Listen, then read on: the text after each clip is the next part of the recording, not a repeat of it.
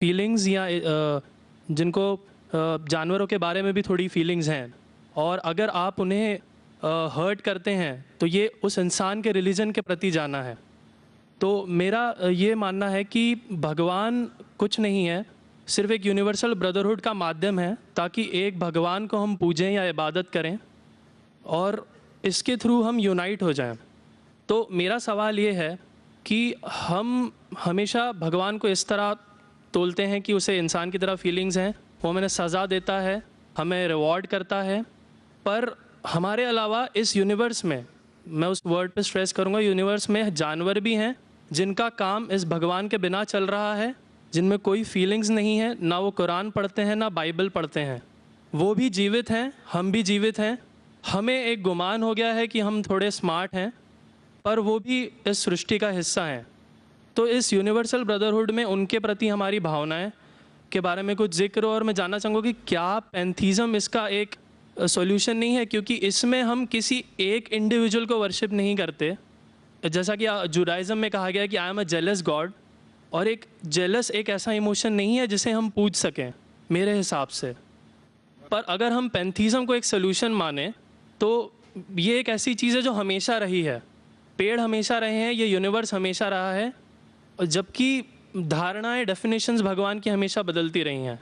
तो अगर हम गॉड को कांस्टेंट के रूप में देखना चाहते हैं और इसे एक माध्यम बनाना चाहते हैं आपसी भाईचारे का, आलमी भाईचारे का, तो क्या पैंथीज़म इसका एक सॉल्यूशन नहीं है? भाई साहब ने सवाल पूछा कि यूनिवर्सल ब्रदरहुड हम सिर्फ इंसानों तक महदूद रह गए हैं, क्या जानवर में जान नहीं है? और ये भगवान को हमने खुद बनाया ताकि आलमी भाईचारा रहे, लेकिन क्या पैंथीज़म इसका सल्यूशन नहीं है कि भगवान को हम दूसरे रूप में देखें? भाई साहब का अच्छा सवाल है। सवाल के दो हिस्से हैं। पहला एक हिस्सा है कि यूनिवर्सल ब्रदरहुड सिर्फ महदूद इंसानों तक क्यों, जानवर पेड़ पौधों को क्यों नहीं लिया गया?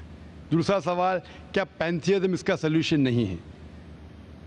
पहले सवाल का जवाब कि यूनिवर्सल ब्रदरहुड, आलमी भाईचारा के अंदर हम बाकी जीवित चीज़ों को क्यों नहीं लेते? अगर लेंगे तो जीना ही मुमकिन नहीं है। अगर हम लेंगे बाकी जीवित चीज़ों को, हम आलमी भाईचारे में लेंगे, तो आपको यहाँ खड़े रहना भी मुमकिन नहीं है 5 मिनट तक के। क्यों? मैं बोलूँगा, क्योंकि मैं डॉक्टर हूँ। भाईचारा का एक उसूल है कि दूसरे भाई का कत्ल मत करो। उसूल है क्या नहीं? ठीक है। आप सांस ले रहे, अभी सांस ले रहे ना? आप जब सांस लेते लाखों जर्म्स का कत्ल कर रहे हैं आप कैसे भाई? ये लाखों लोग का कत्ल कर रहे जीने के लिए, ये कैसा भाईचारा है? तो इसीलिए भाईचारे का डेफिनेशन जरा हम बराबर तौर से समझ ले, फिर हम डिस्कस करें। क्योंकि अगर आप कहेंगे हर जीवित चीज मेरे भाई है, तो आप भाईचारे के खिलाफ। कोई भाईचारा में ये नहीं है कि दूसरों का कत्ल करो अपने आप को जिंदा रखने के लिए। कभी भी इस्लाम में ये नहीं कहा गया है कि दूसरों को दबाओ अपने आप को ऊंचा करने के लिए। और मैं अल्लाह के रसूल की एक मिसाल दूंगा आपको। अल्लाह के रसूल फरमाते हैं, आप जब देखते हैं एक खजूर का दरख्त, पाम ट्री, वो एक मोमिन की मिसाल है, मुस्लिम की मिसाल है, तो साहबा सोचते इसका क्या मतलब? क्यों एक खजूर का दरख्त, पाम ट्री को मुस्लिम कह रहे? समझ में नहीं उनको। आज हम जानते हैं, उस टाइम अल्लाह के रसूल ने कहा कोई भी पेड़ पौधे जब भी बढ़ते ऊपर, वो क्या करते हैं? आजू बाजू पेड़ को हटाते हैं, फिर ही बढ़ते हैं। नीचे जाते हैं, अपने पौधों को, रूट्स को एक्सपैंड करते हैं। इसीलिए आप देखेंगे म्युनिसिपैलिटी क्रैक्स को तोड़ती है, मजबूत करे। क्यों? वो पेड़ बढ़ता है तो क्रैक हो जाता है, फिर से टाइल लगाते। जितना पौधा बढ़ता है, जितना पेड़ बढ़ता है, उतना आजू बाजू नुकसान करता है।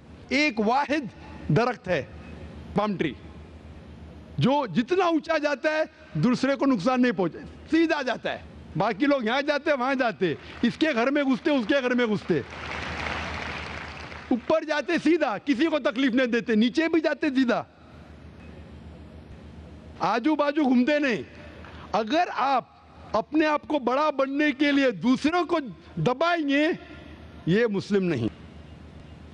तो अगर मैं मानूं आपकी बात को कि हर जीवित इंसान को भाईचारा करूं, तो मुझे जीने का हक ही नहीं, किसी को जीने का हक नहीं है। लेकिन उसका मतलब ये नहीं कि हम दूसरे जीवित लोग को तकलीफ पहुंचाए जानबूझ के।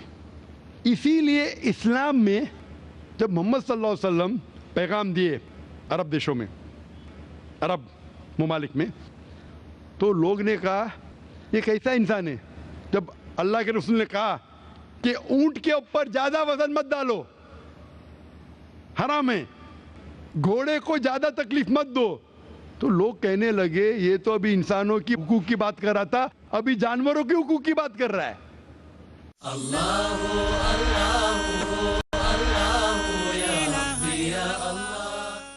अल्लाह के रसूल फरमाते जब एक शख्स आग उगाता, बोलते आग को बुझाओ, क्यों? उधर चींटियां मर रहे हैं। उसका मतलब जानबूझ के कोई भी जीवित चीज को मारना हराम है। सिर्फ अनजाने में इजाजत है, या जिसकी इजाजत खुदा ने आपको दी है, जिसकी इजाजत दी है खुदा ने। मिसाल के तौर पे मनुस्मृति में चैप्टर नंबर 5 श्लोका नंबर 31 में लिखा है कि खुदा ने कुछ जानवरों को बनाए खाने के लिए और किसको खुराक बनने के लिए, some to be eaten some to eat. अगर वो खाने वाला जानवर दूसरे जानवर को खाता है जिसको खुराक के लिए बनाया है, तो कोई गुनाह नहीं है। मनुस्मृति चैप्टर नंबर 5 श्लोक नंबर 30 में अगर आप उस जानवर का कत्ल करते जो खाने के लिए बनाया गया है, तो आप गुनाह नहीं कर रहे। Manusmriti chapter number 5 shloka number 39 में सैक्रिफिशियल एनिमल, जो एनिमल कुर्बानी के लिए बनाए गए उसकी कुर्बानी देना गुनाह नहीं है। मैं क्यों हिंदू धर्म से कह रहा हूँ, मुस्लिम से भी कह सकता हूँ, बहुत से हवाले। उसका मतलब हमें किसी को तकलीफ नहीं देना चाहिए। लेकिन अगर अनजाने में चलते चलते चींटी मर गई तो आप बाहर चले नहीं सकेंगे, आप सांस लेंगे जर्म। तो अल्लाह ताला ने जर्म को पैदा किया है मरने के लिए आमतौर पे, तो आप गुनहगार नहीं। मालूम कुछ जैन लोग मास्क पहनते तो भी मरते, पानी को उबालते, उबालने से मार रहे, उबालने पानी पी के फायदा क्या? अंदर मारने के बदले बाहर मार रहे, क्या फायदा? ये मुमकिन ही नहीं है। लेकिन जानबूझ के कोई जानवर को, और एक मिसाल दूंगा, हमारे खतीब जुमा नमाज पढ़ाए थे कल, डॉक्टर उस्मान, उनने अपने खुतबे में मिसाल दी थी। क्या एक औरत थी जो बहुत बेहया थी, क्या कहेंगे, जो आम तौर पे लोगों की जीनत थी। मैं लफ्ज़ उर्दू ज़रा मेरी कमज़ोर है, मैं किसी को ठेस नहीं पहुंचाना चाहता। इंग्लिश में कहेंगे नॉट विथ गुड कैरेक्टर, बाजारी औरत। ज़रा मैं ऐसे लफ्ज़ नहीं इस्तेमाल करना चाहता किसी को चोट पहुंचे। तो बाजारी औरत थी जो बहुत गुनाह करती थी, लेकिन एक वक्त एक कुत्ते को पानी पिलाया तो अल्लाह के रसूल फरमाते सिर्फ वो एक अच्छे अमल के वजह से खुदा ने उसे जन्नत में डाला। बाजारी औरत गलत काम करती है, जिना करती है, एक अमल क्या की, एक कुत्ते को पानी दी, इंसान को नहीं कुत्ते को, और अल्लाह उसे जन्नत में डालता है। दूसरी तरफ एक अच्छी औरत, नेक औरत, लेकिन एक बिल्ली को बंद करती है, चेन करके रखती है, उसकी आज़ादी को कैद करती है, अल्लाह ताला उसको जहन्नम में डालता है, नरक में डालता है। इसे कहते हैं जानवरों के हुकूक। मतलब जानवरों के भी हुकूक इस्लाम में हैं। अल्लाह के रसूल फरमाते कि चिड़िया की जान भी मत लो बिना वजह। चिड़िया, स्पैरो, आप पढ़ेंगे कुरान में और हदीस में कई इसके पर लेक्चर। तो इसलिए हम मानते हैं कि जीवित चीज का हमें एहतराम करना चाहिए, उसके रूल रेगुलेशन है। बोलेंगे सब जीवित चीज मेरे भाई है, नहीं भाई, सब भाई नहीं है। अभी कुछ लोग इतना करते, कुत्ते के पीछे हर महीने लाख रुपया खर्चा करते। अरे गरीब लोग मर रहे, लाख रुपये से 10 घर हर महीने लाख रुपया अपने पूडल के ऊपर डालते हैं। लाख रुपये से कम 10 घर तो चलेंगे ना महीने, 20 घर चलेंगे बम्बई में, हाँ के नहीं? वो 20 घर को संभालो ना, एक पूडल को संभाल रहे। ये किधर का इस्लाम है? ठीक है, जानवर की कदर करो, इतना कदर मत करो कि उसके हाथ में चेन डालो सोने की, ये करो, ये खाना लेके आओ। खाना लेके आते लाख रुपए का, आप समझ रहे ना? तो इतना मत इसराफ करो, इस्लाम के अंदर सिखाया गया है कि भाईचारा जो मैंने जिक्र किया, बट जानवरों को भी देखो और उसके साथ अच्छा बर्ताव करो, बिना वजह किसी जानवर का कत्ल मत करो। ये आपका सवाल था। आपका दूसरा सवाल इसके अंदर जवाब हो गया। आप कहते हैं कि पैंथियज्म, सबको खुदा मानना इसका जवाब है। उसका जवाब में कहा था, हमारे भाई जो अवतार सिंह थे ना, उसने कहा था पैंथियज्म, सब कुछ खुदा है, सब कुछ खुदा है।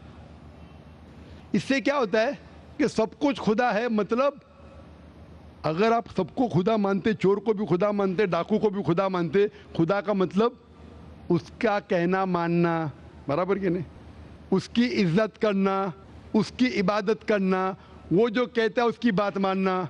तो आप अगर वो चोर को खुदा बोलेंगे, वो बोलेगा चोरी को, तो आप चोरी करना शुरू करेंगे। वो बलात्कार करने वाला कहेंगे आपसे, आप उसको खुदा बोलेंगे, चल मैं बलात्कार कर, आप करेंगे? करेंगे?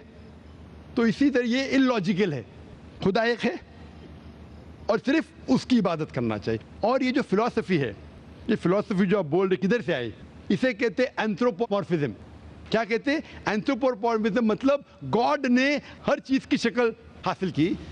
और इसके अंदर एक फिलॉसफी है कि खुदा इतना पाक, इतना नेक, वो जानता नहीं कि किस तरीके से इंसान को तकलीफ होती है। और ये एंथ्रोपोमॉर्फिज्म जो फिलॉसफी है, खुदा अलग अलग चीज़ में शामिल होते हैं।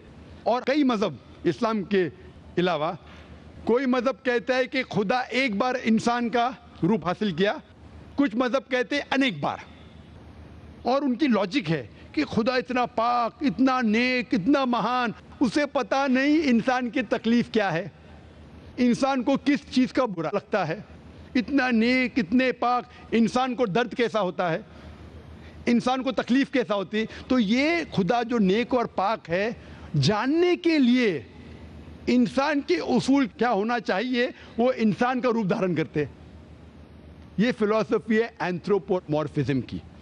ऊपर से लगता है बहुत लॉजिकल है, खुदा इतना नेक, इतना पाक, इतना दयालु, वो जानता नहीं बेचारे इंसानों की क्या तकलीफ है, क्या मजबूरी है, क्या मुश्किलात है। तो इंसान का रूप धारण किया लिखने के लिए, क्या इंसान के लिए अच्छा है बुरा है।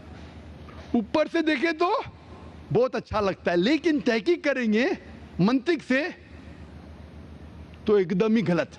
मिसाल के तौर पे, अगर मैंने एक डीवीडी प्लेयर बनाया, डीवीडी प्लेयर, क्या मुझे ज़रूरी है कि मैं डीवीडी प्लेयर बनूं ये जानने के लिए डीवीडी प्लेयर के लिए क्या अच्छा है क्या बुरा है? ज़रूरी है? नहीं। मैं एक इंस्ट्रक्शन मैन्युअल लिखूंगा कि डीवीडी प्लेयर को प्ले करने के लिए डीवीडी डालो, प्ले का बटन दबाओ, स्किप करने का स्किप का बटन दबाओ, स्टॉप करने का स्टॉप का बटन दबाओ, पानी में मत डालो खराब हो जाएगा, ऊपर से मत फेंको खराब हो जाएगा।